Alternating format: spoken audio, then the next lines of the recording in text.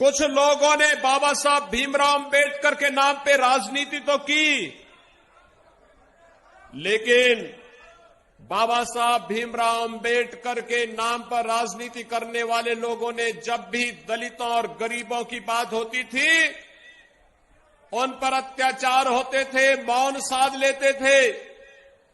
याद करिए, जब समाजवादी पार्टी की सरकार के समय रामपुर में उस समय के समाजवादी पार्टी के नेता और मंत्री आजम खां के द्वारा वहां के दलितों को प्रताड़ित किया जा रहा था, उजाड़ा जा रहा था, तब कांग्रेस मौन थी, सपा अत्याचार करा रही थी, बसपा भी मौन थी।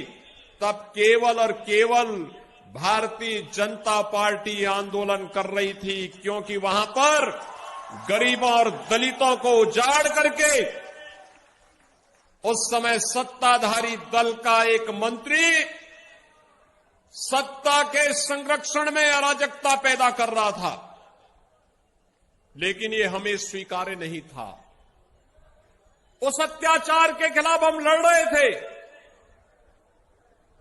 और यही नहीं, समाजवादी पार्टी की सरकार के समय तो अराजकता ही उसका पर्याय हो गया था। देश के अंदर एक नारा चल पड़ा था, जिस गाड़ी में सपा का झंडा समझो होगा कोई जाना पहचाना गुंडा, यानी ये नारा ही चल गया था, लोग ये मान लिए थे।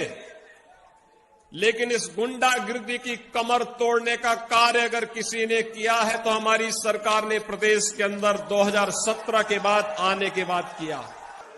ये जो माफिया पहले मऊ के अंदर दंगा कराते थे, आजमगढ़ को बदनाम करते थे, आज आप देख रहे होंगे सार्वजनिक संपत्ति पर कहीं भी कब्जा कर लेते थे। आजमगढ़ समाजवादी पार्टी की सरकार में आतंक का गढ़ बन गया था। यहां के नौजवानों के सामने पहचान का संकट आ खड़ा हो गया था। वे देश के अंदर कहीं जाते थे, धर्मशाला में कमरा नहीं मिलता था, होटल में पैसा देने के बावजूद भी कि अब वहां पर कोई कमरा नहीं मिल पाता था। लेकिन भाइयों बहनों, आजमगढ़ को इस आतंक के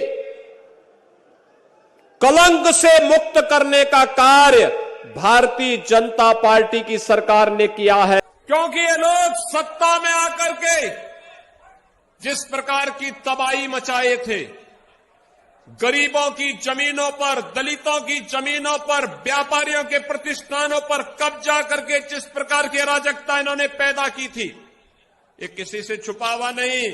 और आजमगढ़ तो इससे अपने आप को कैसे वंचित रख सकता है? आजमगढ़ तो इसका सबसे बड़ा भुक्तभोगी था। आजमगढ़ के नौजवान आजमगढ़ के बाहर जाते थे, पहचान का संकट खड़ा हो गया था। कोई धर्मशाला में कमरा नहीं देता था, होटल में आजमगढ़ का नाम लेते ही लोग कह देते भैया यहां कमरा नहीं, रूम खाली नहीं। भाइयों बहनों, ये पहचान का संकट किसने खड़ा किया था? ये पहचान का संकट उन्हीं लोगों ने किया था जिन लोगों ने कोरोना कालखंड में आजमगढ़ के लोगों को लावारिस छोड़ दिया। हमसे जुड़े रहने के लिए हमारे YouTube चैनल को सब्सक्राइब करें और नई वीडियो की नोटिफिकेशन के लिए बेल आइकॉन को दबाएं।